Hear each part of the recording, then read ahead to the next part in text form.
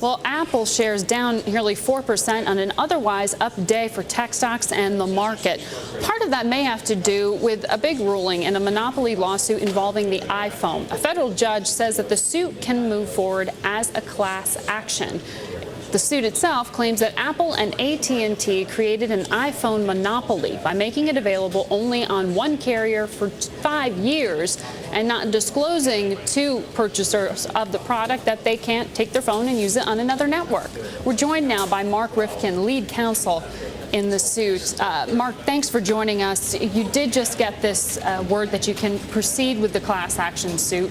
There are 50 million purchasers of the iPhone over the past 3 years. What kind of numbers are we talking about? Well, there's 50 million purchasers worldwide, Margaret, but there's a smaller number in the United States. We expect that the number will be between 15 and 20 million purchasers here in the U.S.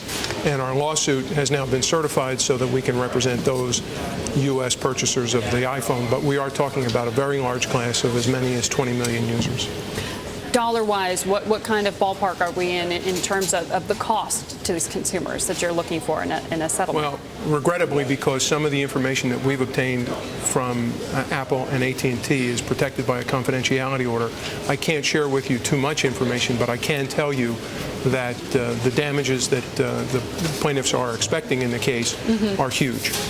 Now, I mean, when you purchase an iPhone, you're saying that it wasn't made public to those buying the product that they couldn't take their phone after their 2-year expiration with AT&T. Their agreement expires after 2 years, and then take that product and use it elsewhere. But when you're buying an Apple product, aren't you buying into that ecosystem by choice? I mean, why is it significant that Apple is making the decision as to what applications you can consume? Well, two things we need to be clear about. First, we're not just talking about the period after the 2-year contract expires.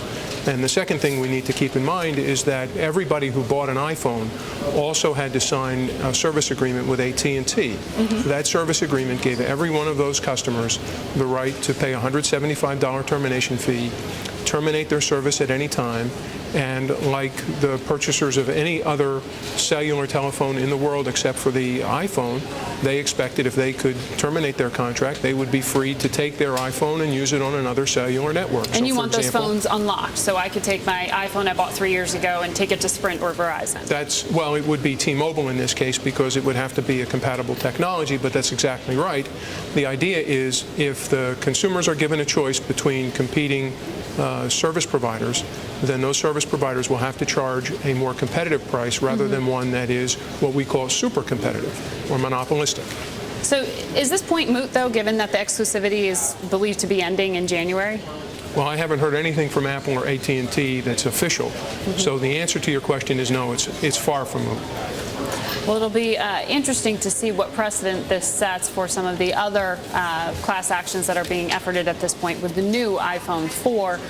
So we'll watch this and we'll watch your progress. Thank you for coming on and explaining this. Thank you very much.